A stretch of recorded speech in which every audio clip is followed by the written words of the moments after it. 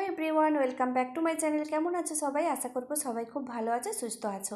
আমার চ্যানেলে নতুন একটা ভিডিওতে সবাইকে স্বাগত জানাচ্ছি। বন্ধুরা, সংসারের কাজগুলো করার সময় ছোটো ছোটো টিপস মেনে কাজগুলো করলে অনেক কঠিন কাজই সহজ হয়ে যায়, সেই সঙ্গে সংসার খরচ কিছুটা হলেও কমানো যায়। সেই জন্য আমাদের ছোটো ছোটো টিপসগুলো জানা খুবই প্রয়োজন। আশা করছি আজকে প্রত্যেকটা টিপস তোমাদের অনেক কাজে লাগবে। তো চলো দেখে নেওয়া যাক আজকের প্রথম টিপস।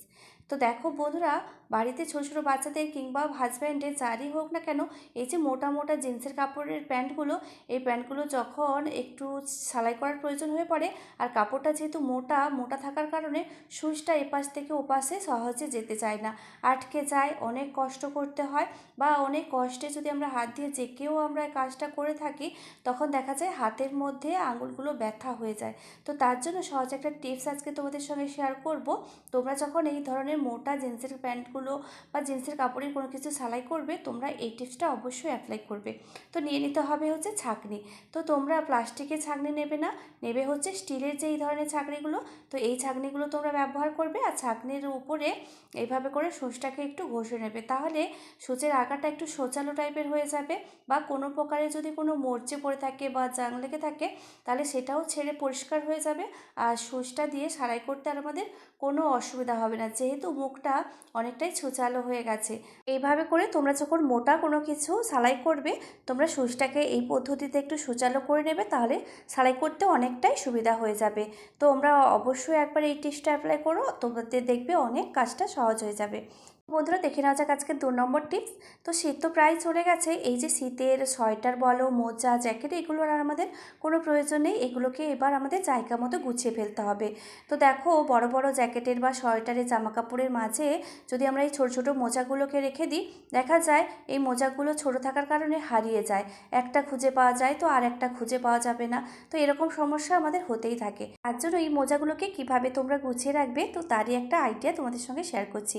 দুটো মোজাকে উপর উপর রেখে দিয়েছি, রেখে দেওয়ার পর উপর দিকে যে মোজাটা রেখেছি, তার উপর থেকে কিছুটা এইভাবে ভাঁজ করে নামিয়ে নিলাম। এবার নিচ থেকে আমি গুটিয়ে নিলাম, ফোল্ড করে নেওয়ার পরে দেখো উপরে যে মানে গার্ডারটা আছে, তো সেইটাকে টেনে নিয়ে নিচের দিকে মুড়ে দিলাম। তো এইভাবে করে যদি মোজাগুলোকে রেখে থাকি, তাহলে দুটো মোজা কখনোই আলাদা আলাদা হয়ে যাবে না। একটা পাওয়া গেলেই দুটো জানা যাবে যে দুটো একসঙ্গে রয়েছে, আর এদিক ওদিক হারিয়েও যাবে না বা খুঁজে পেতেও কোনো অসুবিধা হবে না। আজকে 3 নম্বর যে আইডিয়াটা আমি তোমাদের সঙ্গে শেয়ার করব, 3 নম্বর আইডিয়াটা হচ্ছে জিন্স প্যান্ট নিয়ে। তো দেখো, আমাদের বাচ্চাদের কিংবা বড়দের যাদেরই হোক না কেন, এই জিন্স প্যান্টের সামনে যে চেনটা থাকে, চেনটা অনেক সময় লুজ হয়ে যায়। লুজ হয়ে যাওয়ার কারণে অজান্তেই চেনটা নিচের দিকে নেমে আসে, আর যখনই নিচের দিকে নেমে যায় আর আমরা যদি খেয়াল না করি, সবার মাঝে আমাদের লজ্জার মুখে পড়তে হয়। তো নিয়ে নিতে হবে একটা হচ্ছে গার্ডার। এই গার্ডারটা দিয়েই সমাধান হয়ে যাবে। ছোট্ট একটা কাজ, তোমরা অবশ্যই বাড়িতে একবার করে দেখো, তোমাদের অনেক কাজে দেবে। তো গার্ডারটা নিয়ে নেওয়ার পরে চেনের ওপর যে ফাঁকাটা আছে, তো ফাঁকা থেকে গলিয়ে দিয়ে একটা প্যাঁচ মতন এখানে লাগিয়ে দিলাম। এরপরে গার্ডারটাকে উপর যে বড় টাইপের যে বোতামটা আছে, বোতামের মধ্যে গলিয়ে দাও। ব্যাস, চেনটা আর কোনোভাবেই নিচের দিকে নামতেও পারবে না। আর এবার করে চেনটাকে এই যে লাগিয়ে দিলাম, ব্যাস, চেনটা একদম লক হয়ে গেল, এক জায়গাতে থাকবে। আর ভুলবশত বা অজান্তে কোনোভাবে চেনটা নিচের দিকে নামতেও পারবে না, আর সবার মাঝে আমাদেরকে লজ্জার মুখেও পড়তে হবে না। এরকম সমস্যা হলে তোমরা সহসা এই টিপসটা অ্যাপ্লাই করতে পারো, তারপরে তোমরা চেনটাকে ঠিক করে নেবে। তো আশা করছি এই টিপসটাও তোমাদের অনেক কাজে দেবে। চলে যাচ্ছি বন্ধুরা আছে আজকে 5 নম্বর টিপসের। 5 নম্বর টিপসটা হলো ডেট ফেল হয়ে যাওয়া পাউডার। যখন পাউডারগুলো ডেট ফেল হয়ে যায় আর আমরা কোনো কাজে এগুলো ব্যবহার করি না, কিন্তু ডেট ফেল হয়ে যাওয়া পাউডারগুলোকে বেকার অযথা না ফেলে দিয়ে আমরা বিভিন্ন কাজে ব্যবহার করতে পারি। তো আজকের একটা আইডিয়া তোমাদের সঙ্গে শেয়ার করছি।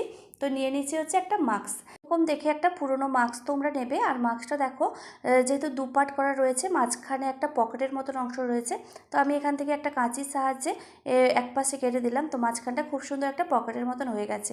তো এই পকেটের মধ্যে এখন এই যে পাউডারগুলো যেগুলো ডেট ফেল হয়ে গেছে, তো সেই পাউডারটাকে আমি এর মধ্যে ঢেলে দিচ্ছি। তো পাউডারটা এর মধ্যে অল্প করেই দেবে, খুব বেশি দেওয়ার প্রয়োজনই, অল্প পরিমাণে আমি এখানে পাউডার দিয়ে দিলাম। তো তার সঙ্গে আরেকটা জিনিস মিশিয়ে দেবো হচ্ছে লবঙ্গ। লবঙ্গ আর পাউডার দুটোকে একসঙ্গে খুব ভালো করে এর মধ্যে রেখে দিলাম। তো রেখে দেওয়ার পরে উপরের দিকে যে ফাঁকা অংশটা রয়েছে, মুখটা রয়েছে, তো সেই মুখটাকে আমি বন্ধ করে দেবো।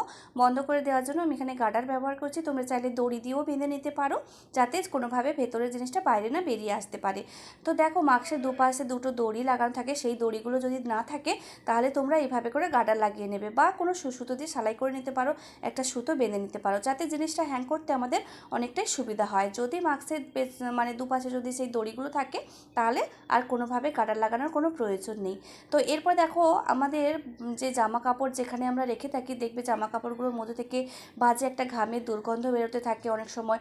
তো এইভাবে করে যদি সেখানে ঝুলিয়ে রাখি তাহলে জামা কাপড়ের মধ্যে যে দুর্গন্ধটা ছিল সেই দুর্গন্ধটা খুব সহজে উধাও হয়ে যাবে, আর জামা কাপড়গুলোর মধ্যে থেকে সবসময় মিষ্টি একটা পাউডারের সুগন্ধ বেরোতে থাকবে।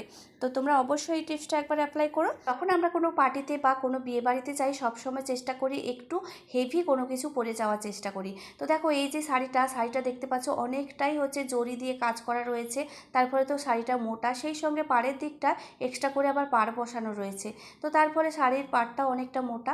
যখন শাড়ির আঁচলটাকে আমরা যখন পিন করি তো এইভাবে করে অনেকগুলো ভাঁজ করে নিই। ভাঁজ করে নেওয়ার ফলে শাড়িটা অনেকটাই আরও বেশি মোটা হয়ে যায়।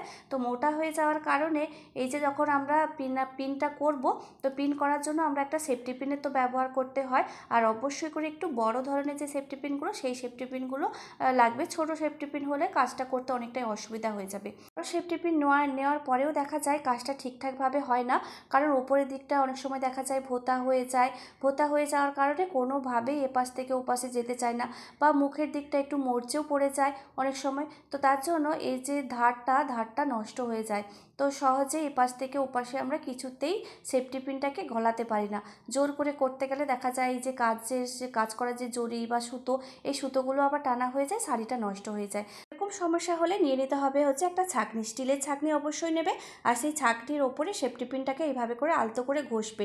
দেখবে এর ওপর মানে সামনের দিকের অংশটা একটু ছুচালো হয়ে যাবে, বা কোনোভাবে যদি মরচে পড়ে যায় সেই মরচেটা একদম পরিষ্কার হয়ে যাবে। তার ফলে এই সেফটি পিনটা গলাতে আর আমাদের কোনো অসুবিধা হবে না।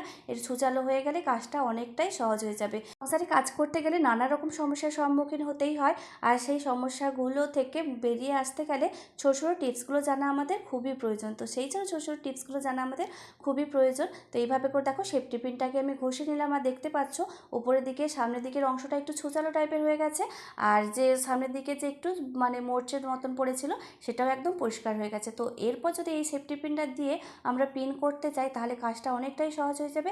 এক চান্সে সেফটি পিনটা এপাশ থেকে ওপাশে চলে যাবে, আর আমাদের কোনো অসুবিধা হবে না। যত মোটা শাড়ি হোক না কেন খুব সহজে পিনটা করে নিতে পারবো।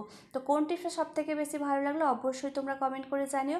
ভালো লাগলে লাইক কমেন্ট শেয়ার করে দিও। চ্যানেলে যদি নতুন হয়ে থাকো তাহলে প্লিজ চ্যানেলটাকে সাবস্ক্রাইব করে যেও এই ধরনের ছোটো ছোটো টিপসের ভিডিও পাওয়ার জন্য।